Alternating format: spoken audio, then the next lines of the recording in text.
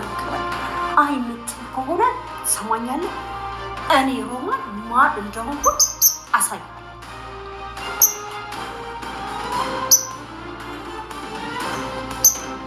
ምርመራ ለማድረግ መታ ነበር። አልገባኝም። ቆይ ዶክተር ምርመራ ስትል ይሄ መቼ ነው የሆነው? ትንሽ ቆየት ብሏል። በእርግጥ ያቱ ላይ ኩነት መሆኗን አላወቅኩም ነበር። አንተ ቤት ድረስ መታ እንደነበር በእርግጥ አምራን ነግራኛለች። ኦኬ። ለነገሩ አምራን ልትነግርሽ እንደምትችል ታውቆኝ ነበር። አሁን ፊት ላይ እንደማየው ከሆነ ደግሞ በሁለታችሁ መሀል የሆነ ነገር እንደተፈጠረ ጠርጥሬያለሁ። የሆነ ነገር ስትይ አልገባኝም። ፋኑኤል አንተ በጣም የዋህ ሰው ነህ።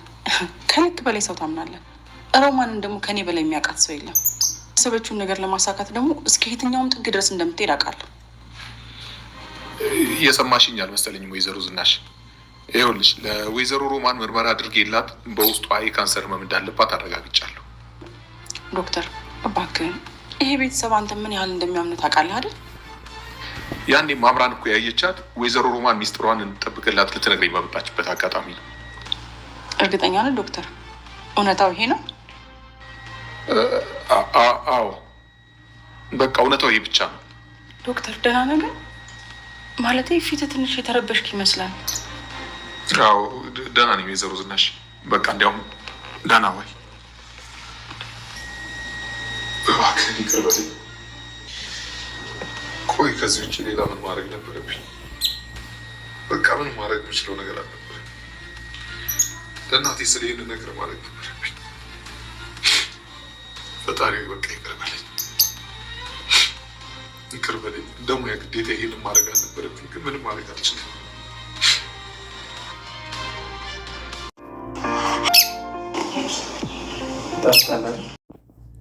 ዶክተር ፋኑኤል ለሮማን ሲል ሁሉንም ነገር ዋሸ። ይህን ነገር ያልተዋጠላት ወይዘሮ ዝኑ እንዴት በማለት በጥያቄ ጠየቀችው። እኔ የአቶ ለይኩን እህት መሆኗን አላቅም፣ ከኔ ሆስፒታል መታ ሄዳለች ብሎ ለእናቱ ሲል ዋሸ። ሮማንም ይሄን ነገር አንተ ተናግረሃል፣ መታ ዝኑ ተጠራጥራ ሌላ ሆስፒታል መመርመር አለብኝ ስትለኝ ነበረ። ስለዚህ አንተ ሂደህ ነግረሃታል ማለት ነው፣ እናትህን አታገኛትም ስትል ከሰሰችው። ዶክተር ፋኑኤልም በፍጹም ይሄን አላደረኩም ይመስለኛል፣ አምራን ትሆን ይሆናል በማለት መልስ ሰጣት። ኤርሚያስ እና ርቺ በጣም በጠና ተጣሉ። እሷም ከኤርሚያስ አሁንም ፍቅሩ አልወጣልኝም ብላ ራሷን በመጠጥ ውስጥ ደበቀች። እሱም ካሁን በኋላ ልጄን ትሰጭኛለሽ፣ ልጄን ስጭኝና የሚሄድበት ይሄዳለሁ ሲላት በፍጹም አታደርገውም ስትል ነገረችው። ሰላም ጤና ይስጥልን ውድና እየተከበራችሁ የቻናሌ ቤተሰቦች እንኳን ወደ ቻናል በሰላም መጣችሁ። ዛሬ እንግዲህ ኑሃሚን የተሰኘው ተከታታይ ድራማ እንደቀጠለ ነው ማለት ነው። ክፍል 136 ወደ ክፍል 135 ስንመለስ ብዙ ነገሮች ተፈጥረዋል።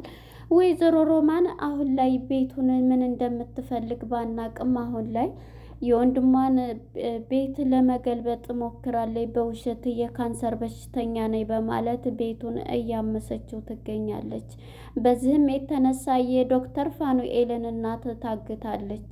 እናትህን የምሰጥህ ይሄንን የሚባለውን ካንተ ጋር አመጣታለሁ ትሄጃለች ስለተባልኩኝ የካንሰር በሽተኛ መሆኔን የውሸት ዶክመንተሪ ትሰራልኛለህ ስትለው ነበር። በፍጹም ይሄን አላደርግም ሲላት በጣም ተደናግጦ ቤቱ እንደመጣች በጣም ተደናግጦ ነበር። ከፈለግ እንግዲህ የምታየውን ነገር ካመንክም ካላመንክም ይሄውናልህ በማለት የእናቱን ያገተችበትን ፎቶ ስታሳየው እሱም በጣም ተደናገጠ። እናቴን የት አድርገሻት ነው በህይወት አምጪ እያለ በጣም ሲጮህባት ነበር። በዚህም የተነሳ ዶክተር ፋኑኤልን ይሄን ማደርግልህ ይሄን ታደረክና ከዋሸህ የውሸት ዶክመንተሪ ከሰራህልኝ ብቻ ነው ስትለው በጣም ተጨነቀ። እንዴት ይሄ ሊሆን ይችላል? ይሄንን እንዴት ትይኛለች? በማለት ዶክተሩም ይሄንን በማለቱ በጣም አዘነ። እንግዲህ እናትህን ከፈለክ አማራጭ አንድ ይሄን ሰጥቻለሁ፣ አማራጭ ሁለት እንግዲህ ሌላ ልልህ አልፈልግም በማለት እሱም እንግዲህ ለእናቱ ሲል ለመዋሸት ራሱን አሳመነ። ራሱን ቢያሳምንም አሁን ላይ ያለበት ሁኔታ በጣም በጭንቀት ይገኛል። ከነ አቶ ለይኩን ላይ ደግሞ በጣም ጓደኛና ወዳጃሞች ስለሆነ እንዴት አድርጌ ይሄን ነገር ልቀበል እያለ በጣም ተጨነቀ። ነገር ግን እናቱን ለማስለቀቅ የወሰደው እርምጃ በቃ አዎ ብዬ የውሸት ቃሌን መስጠት ነው ብሎ ራሱን አሳምኖ ነበር። አሁን ውጭ በቃ እያላት ነበር። አስቤ እነግርሻለሁ ሲል ባለቤቴ ትመጣለች ሲል እንግዲህ አምራን ነበረች ከቤት የመጣችው። አምራን ስትመጣም በጣም በመደናገጥ እሱም ቆም ብሎ ነበረ ሲያያት የነበረው። ምንድነው እቺ ደግሞ ምን ልትሰራ መጣይ በሚል ጊዜ ሚስጥር አድርገህ ያዝ እንደነገርኩ ብላ ትነግረዋለች። ሊነግራትም ለአምራንም ፍቃደኛ አይደለም። ፊትህም ሰውነትህም ደህና አይደለህም፣ ምንድነው የተፈጠረ ነገር አለ ወይ ብትለውም በፍጹም ታካሚና ምንም ነገር የለ አንቺ ደግሞ እያላት ነበር። በጣም ተጨናነቀ። በዚህም የተነሳ እንግዲህ ዶክተር ፋኒ የሚለው ነገር ሁሉ ጠፋበት። ከጭንቀቱ የተነሳ በቃ አምራንም ሂጂ በቃ የምትሄጂ ከሆነ ላርፍ ነው ልተኛ ነው ከፈለግሽም ክላስሽ ተኝ እያላት ነበረ። እሷም ግራ በመጋባቷ ይሄ ሰው ምንድን ነው ችግሩ እያለኝ ነበረ። በመጨረሻ እንግዲህ አምራንም ወደ ወይዘሮ ዝኑ ጋር ነው እየሄደችው። ምን እንደሆነ ባላውቅም እዛ ቤት መታ ከዶክተር ፋኒ ጋር መታ ነበረ። ስለዚህ ምንም እንደሆነ የመጣይበትን አላማ ባላውቅም ሊነግረኝ ዶክተር ፋኒም ፈቃደኛ አይደለም ሲላት ነገረቻት። እንግዲህ በዚህ የተነሳ ሮማንም መጠየቅ ተመርምሬ ሂጃለሁኝ፣ ሁሉንም ነገር መጠየቅ ትችላላችሁ፣ ውሰዱኝ የምትፈልጉበት ሆስፒታል ስትል ወይዘሮ ማነች ዝኑ ማለት ነው። ይሄማ ከሆነ እንዲያውም ሌላ ሆስፒታል ነው ይየሽ የሚሄደው ስትል ትደነግጣለች። ምክንያቱም ይሄንን ሰው በአንድ ነገር አስፈራርታውና አድርጋበት ሊሆን ይችላል እንጂ ዝም ብሎ እንትን አይልም። እሱ ቤት ምን ልትሰራ ሄደች በምንስ አውቃው ብላ በጣም ተደናግጣለች። እናም በዚህ የተነሳ በቃ አሁን ላይ አንቺ ሆስፒታል ሌላ ቦታ ተይዣለች ስትባል ትደናገጥና ምንድን ነው የምታምነኝ የምትፈልጉበት? እንዲያውም የአሜሪካ ጓደኛ አለኝ እዛ እንትን የሚለኝ ምክር የሚሰጠኝ እሱ ጋር ትወስዱኛላችሁ ብላ ያጻፈችበት ጋር ነው የሚሆነው። እዛ ትወስዱኛለች ስትል ሌላ ዶክተር አለ ስትል ነበረ። እንዴ ግን በዚህ ልክ ታለቅስና ታስመስላለች። ለይኩን አቶ ለይኩን ጋር በመሄድ ወንድሜ ብላ ስታለቅስ እንዴ ለምንድን ነው የምታለቅሽው ቢላትም እሷም ግን እንዴ ወንድሜ ይሄን ያክል አመት ድረስ እንዴትስ አላለቅስም እንዴትስ እንትን አልልም እያለች እንትን ስትልበት እሱ ግን እንዴ በቃ እስኪ እኔ እኮ ከዝኑ ጋር ተመካክረን ሁሉንም ነገር እንትን እንላለን ስትለው ነበር። የቀረኝ ከእናንተ ጋር ይህን ሁሉ ሰይጣናዊ አመሌን ይዤ እያለች ስታስመስል ነበረ። እንግዲህ ወደ አቶ ማን ነው ዶክተር ፋኒኤል ጋር ስንሄድ ዶክተር ፋኒኤል ቀጥታ ወደ ዝኑ ጋር ሄዷል። ዝኑ ጋር በመሄድ ሁሉንም ነገር ሊያስረዳት ሞከረ። እንዴ ምንድን ሆነህ ነው የተፈጠረውን ስፈልግህ ነበር እንዳውም እንትን ያልከው እያለች ነበር። እና ደህና ነህ ግን ምግብም ልስጥ ብትለው በፍጹም ምግብም አልፈልግም፣ ምንም ነገር አልፈልግም፣ በቃ ሮማን የካንሰሩ ተጠቂ ናት፣ እኔ ጋር መታ ታክማለች፣ የአቶ ለይኩን እህት መሆኗን አላቅም ነበር እያለ አፉ ላይ እየተሳሰረ መዋሸቱም አንተ እኮ የዋህ ሰው ነክ፣ ስለዚህ ምንም ነገር እንትን ልትል አትችልም እያለችው ነበረ ወይዘሮ ዝኑ። በዚህም የተነሳ እሱም አይ አይደለም ደህና ነኝ እያላት ነበር። እና መጀመሪያ ተረጋጋ ደህና አይደለም ስትለው እርግጠኛ ነህ ግን ይሄ ቤተሰብ አደጋ ላይ እንዳይወርቅ ሴትዮዋ አለባት በሽታዋን ስትለው በጣም እየፈራና እየተደናገጠ እንግዲህ ሊነግራት ችሏል ማለት ነው። በመጨረሻ እሱም ይሄን ቢላትም እሷም ያልተመለሰላት ጥያቄ አለና ዝኑ ከፊቱ አይታንብባለይ። እሱም ወጥቶ በቃ ሊሄድ በማለት ተነስቶ ትቷት ይሄዳል። ዝኑም በጣም ጥያቄ ውስጥ ሆናለይ። ሮማን አቶ ለይኩን ጋር በመሄድ ይሄንን ወሬ እያለቀሰ ይመስላ አድርጌላቸዋለሁ አሁን አርጌያለሁ ሰርቻለሁ እያለች የምታደርገው ዝኑ ማለት ነው። አሁን ላይ ጎበሱን አለች ማነች ሮማን ማለት ነው ጎበዙን አለ ሁሉንም እየሳበኝ ነው እና የአሜሪካ ዝኑ ብቻ ናት እንትን እንድትል ያልፈለገው። ከዛም እንግዲህ እናቴ የት ናት እናቴን ልቀቂልኝ እያላት ነበረ።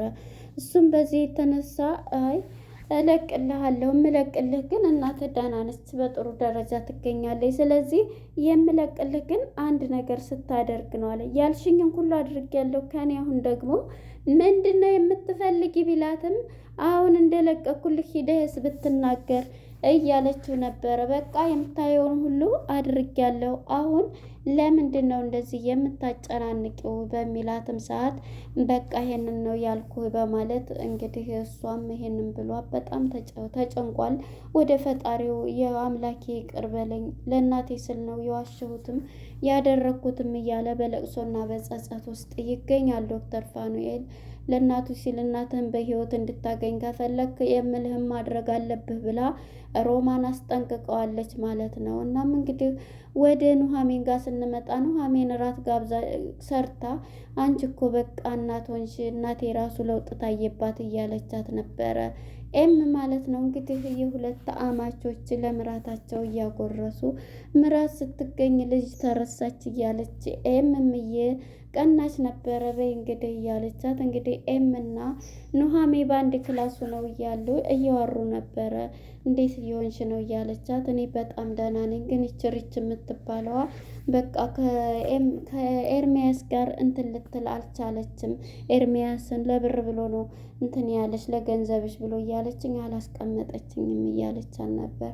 አይዞሽ በቃ እንኳን ይሄ ያም ታልፏል አይዞሽ እያለች ኑሐሚንም እንግዲህ ለኤም ምክር እየሰጠቻት ትገኛለች። አንቺስ ብትላት እኔ በቃ በእርግጥ እንደፊቱ አይደለም ናሆም ስልክኔ ለእኔ ጊዜ እየሰጠኝ አይደለም፣ ማንን ሴት እንደሚያወራ አላውቅም ያወራል ትላታለች። በዚህም የተነሳ ኤምም ትደነግጥና ማለት እንዴት እያለች እኔ ይመስለኛል ትጠረጥረዋለች። እኔ ጠርጥሬውም አይደለም አምነዋለሁ፣ ግን ደግሞ የምጠረጥረው አለ ሲጋርም እያወራ ይመስለኛል፣ እናቱንም በድብቅ እያገኘ ይመስለኛል ትላለች ኑሐሚን ማለት ነው።